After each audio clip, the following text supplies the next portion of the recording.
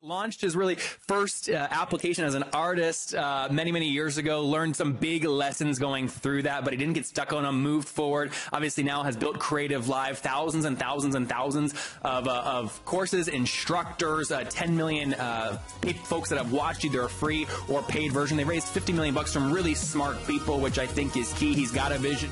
This is The Top, where I interview entrepreneurs who are number one or number two in their industry in terms of revenue or customer base. You'll learn how much revenue they're making, what their marketing funnel looks like, and how many customers they have. I'm now at $20,000 per talk. 5 and 6 million. He is hell-bent on global domination. We just broke our 100,000 unit sold mark. And I'm your host, Nathan Latka.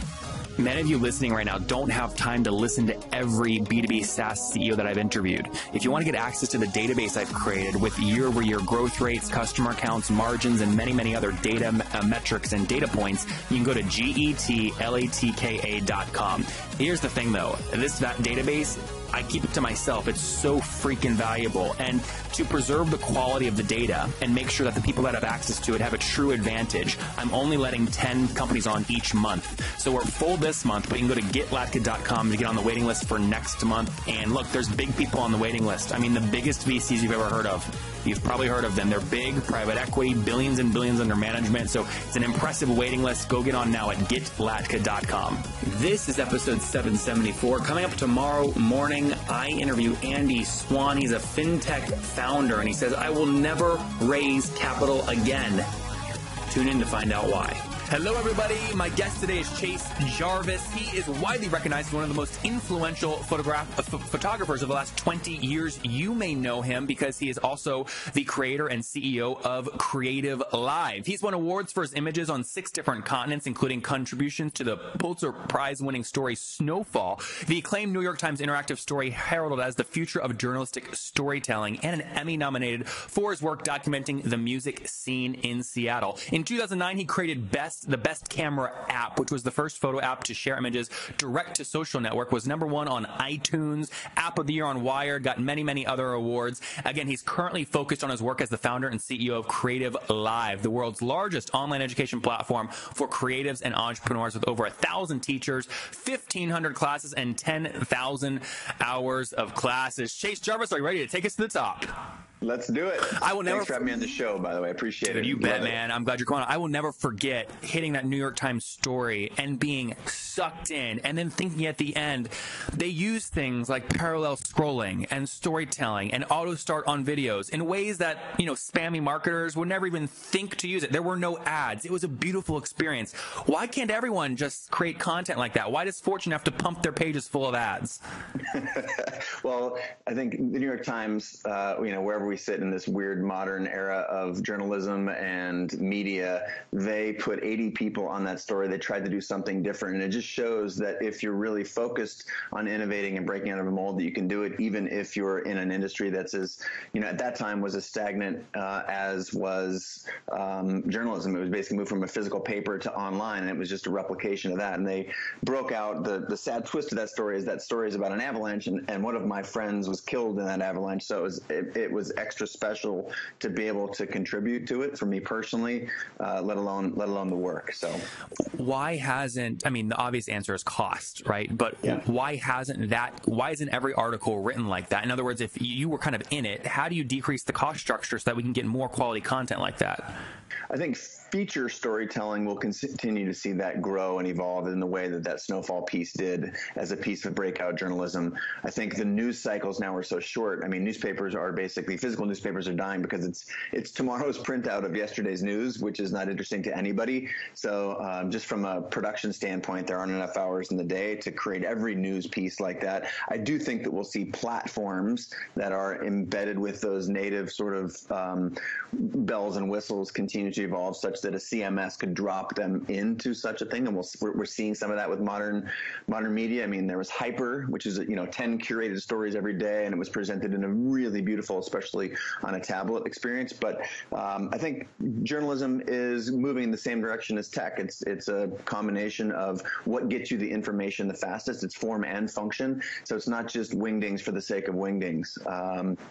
But again, features, you're going to continue to see more and more of that. And I think as platforms become templatized, we'll get a more interactive, exciting experience with our news. Interesting. Guys, coming up, we'll ask Chase more about Creative Live, why he started it, what the growth looks like, how he sees it compared to other kind of online course websites. But first, look, you had a #1 app for cameras. Why weren't you acquired by Facebook for $1 billion?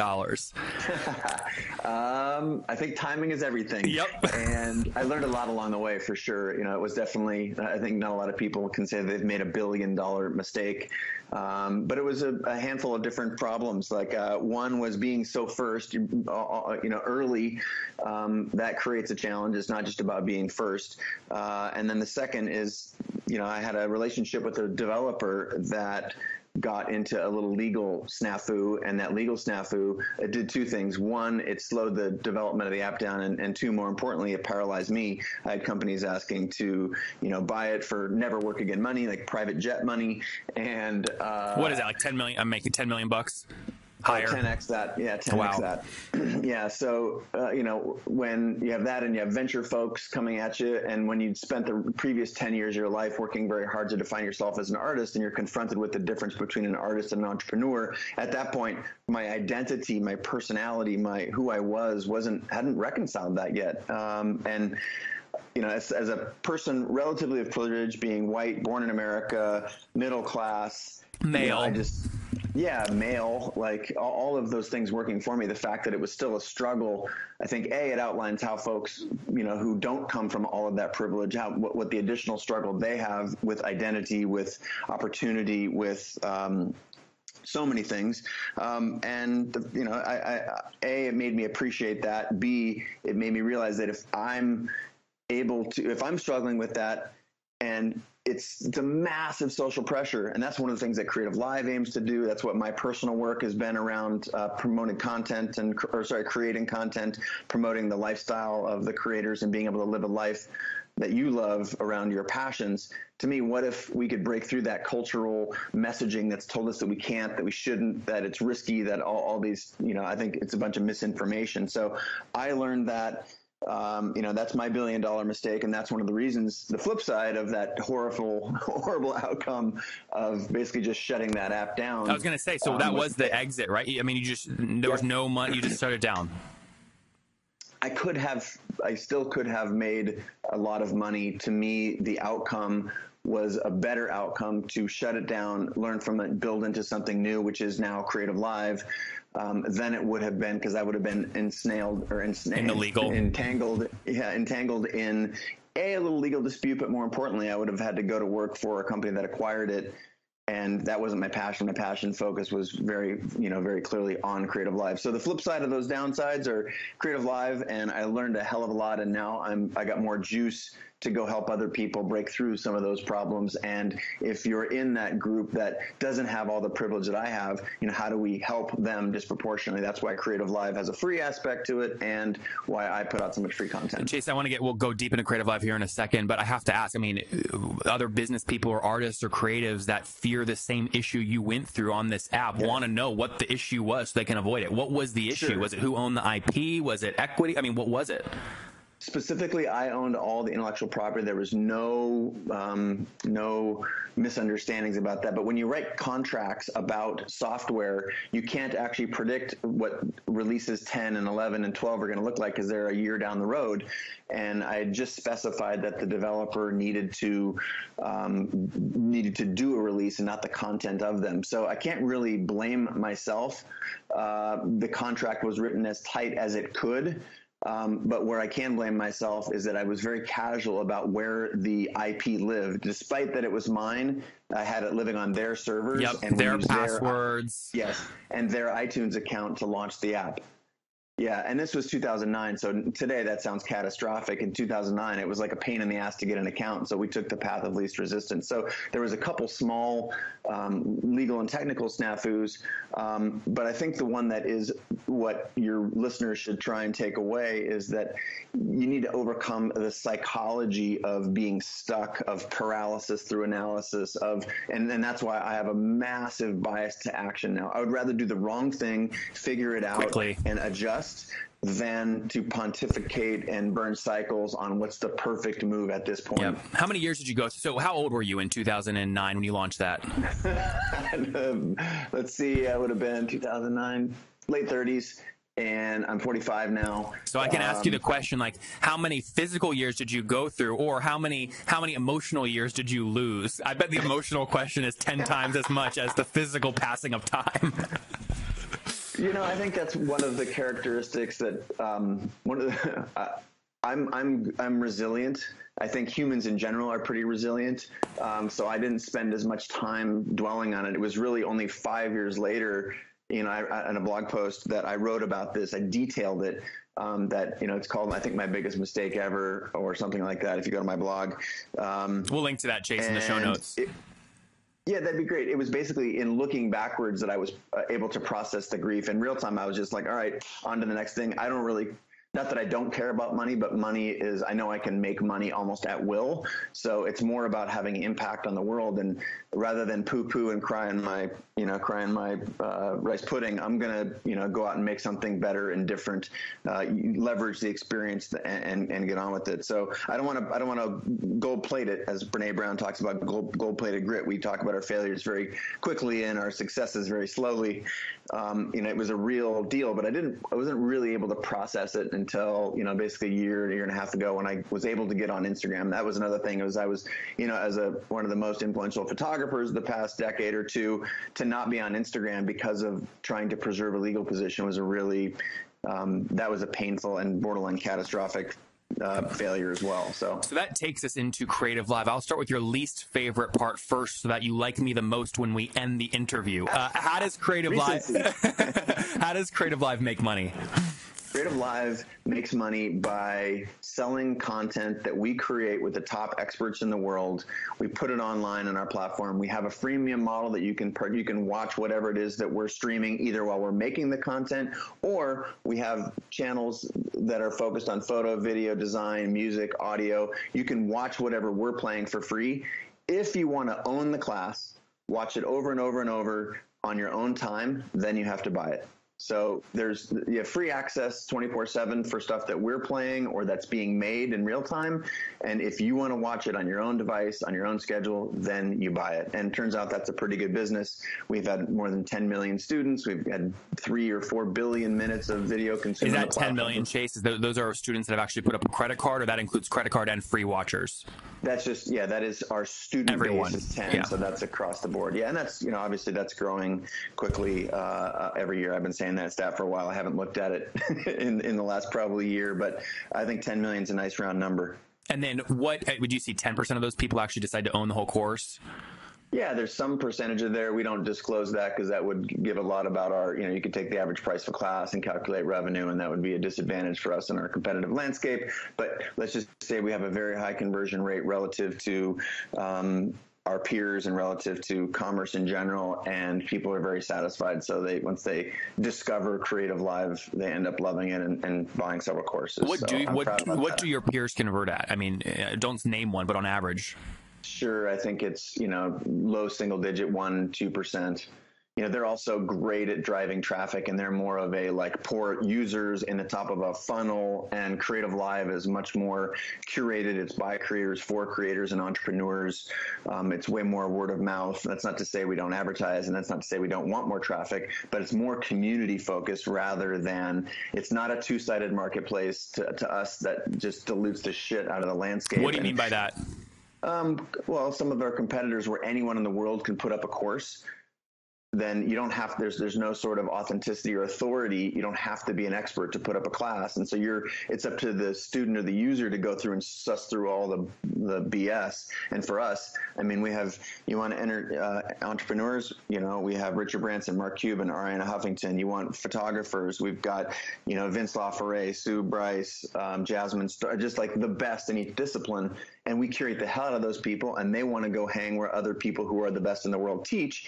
And we just have understood that that's what our students come to Creative Live for. They know that we've curated that experience. How do you, so I'm, this is fresh in everyone's mind. So Fox News builds Megyn Kelly into a mega hit. You could argue that their platform made her what she was.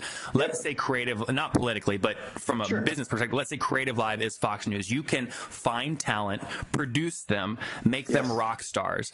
Nothing locks them in. What prevents one of your competitors from raising billions of venture capital, stealing your top kind of creators? I mean, how do you protect, what's your moat? How do you protect the business model? Well, let's talk about those two things separately, because I think first and foremost, I have no desire to limit where creators can go make their living. The Creative Live contract from the person who's on the platform was created out of my personal experience, having been the person on the other side, being asked to speak all over the world and whatnot. We designed our contracts and our relationship with them that, hey, we're just going to do the best. We're going to be the place where you know that the content is super well produced, you're super well curated, you hang with the best people in the world. If you want to go across the street and teach the same thing tomorrow, more power to you. You're going to end up coming back because of the service, because of what we provide, because of who we are, and the value that we create for you. And so it's really, I want to be really clear that we have a confidence in that, and we've been able to demonstrate that over now 7 years. Yeah. I can, Chase, by the way, I think it's valuable for me to vouch for that too, right? I mean, I have many courses on Creative Live. One of them is Facebook marketing for small business. And the contract was easy. It's funny because you guys put funny language in the contract. It doesn't read like a boring legal contract, which is fun. It has character, and the split's great. Like, I know I can't obviously share what I make from it, but it's a nice little passive income stream that just kind of happens. Yep. And then I think and if I press you further, I'm guessing that if your experience was like most of the other folks, that they were treated like a rock star, they had, fantastic, accommodations and travel, and the experience when they're in studio, there's someone who's assigned to you. Basically, it's like your personal sort of connection to Creative Live, and people love that experience. Now, to get to the question you had about the moat, Creative Live's moat is our talent, because we are, unequivocally, we're the best in the world, hang their hat. And two, our production values are off the charts. So we make you look great. That comes from my background as a creator and the 120 people who go to work every day at Creative Live focused on making something extraordinary. It's actually education. It's not just some YouTube video, or not taking a celebrity who doesn't give a shit about teaching and try and pretend to get them to teach. Is that a shot at Masterclass? I think that's a shot. I think they've got a great business, but I think that is a challenge that they face and will continue to face. Recognizable names that can't teach. Yeah, they're. I mean, I've photographed Serena. I know her. I know she doesn't love teaching. She doesn't care about it. Yeah. She's a great tennis player, obviously the best in the world, the history of the sport. But I know also that she, if she could get offset as fast as possible, she'd do that in a second. It's an amazing studio you have. I've talked to many of these other places. Not all of them are like, Nathan, we'll hire someone from Smart Shoot to come to wherever you are in the world and make sure we get like good quality. But you come into your place and it's like you got nice lunch in there with the long wooden tables and the big kitchen with the natural light coming in and the free coffee. You walk out of there, you take a left, you go meet, I think her name was Amanda. It was my first time I've ever had makeup on my face, so I Snapchatted my mom. And then you go right from there, right into the studio where you've got just amazing lighting. You can kind of customize the stage set. I think you have 4 studios there, and it was just super well done. It was a blast. Thank you. Yeah, we take great pride in presenting and a great experience to you, such that you can be your best on camera for your fans and our fans. And also, we have a big audience. We can add value to you and what you're making, because we're good at marketing, where a lot of individual folks who are trying to make their own classes or courses, they really struggle. Bootstrapped, or have you raised capital? Bootstrapped for the first 2 years. We were wildly profitable, and then we went and raised capital. That was something I learned from my previous experiences. We have world-class investors, A1, top of the top. What'd you raise? How much total? We've raised $58.8 million to date. And from folks like Greylock, Social Capital, Richard Branson, Jared Leto, Comcast. I mean, just the top folks are letter A and B. GSV, they focused on specifically on education. Just absolutely tier 1. LinkedIn's kind of course model with Microsoft, and they start making good money from that. And they say, we want to double down on this business. Let's go make some acquisitions in this space. If they come and offer you, I'm going to make this up, $200 million for the business. Do you sell CreativeLive? No. Okay. How do you think about valuation? I mean, it's hard. I'm asking you this because I know it's something you don't think about as an artist. So I'm curious how you rationalize through it. I've learned to think about it as the CEO of a venture-backed company. We're out to make a category-defining, game-changing company. The reality is, if and things that get in the way of that are things that I don't love. I have a mission, and we have a vision. We have a mission. And I have a vision of trying to make this transformative experience. I think the 120 people who go to work every day alongside me, we're trying to change the way that people educate themselves and help them live, make a living and a life doing what they love. And if if you're a venture-backed company, you're always for sale. There's always a number. But I have very smart investors that have a long-term vision. And, given that everything is for sale, I would never say never. But I'm really interested in, I would only be interested in that if things were helping propel the mission and the vision of what we want to do. If someone's going to buy it, kill it, and shut it, this is not interesting to me, because we have a vision that we see for Creative Live and for the future of employment, education, work, and creativity. Guys, big news. Last month was a huge month for the company I recently acquired, which was www.thetopinbox.com. I liked the company so much when I met the person who created it. It lets you send emails later on Gmail, set up reminders like snooze almost to keep your inbox clean, do things like send auto follow-ups, and do open tracking so you know when your emails get opened. It's great if you're in sales or CEO or trying to be more productive. So listen, I bought the whole company on the spot, and I want to tell you how I did it. I've showed the deal, by the way, to big, smart people, private equity firms, VCs, and they're dumbfounded. They go, Nathan, how did you do this? We've never seen a deal like this. How did you do this? So I did an unbelievable deal, and I want to show you the income report. So for me to send you the income report, go to www.thetopinbox.com. Click the red button that says install this on Gmail. And when you do that, my email will appear. It'll appear in a little Gmail pop-up window.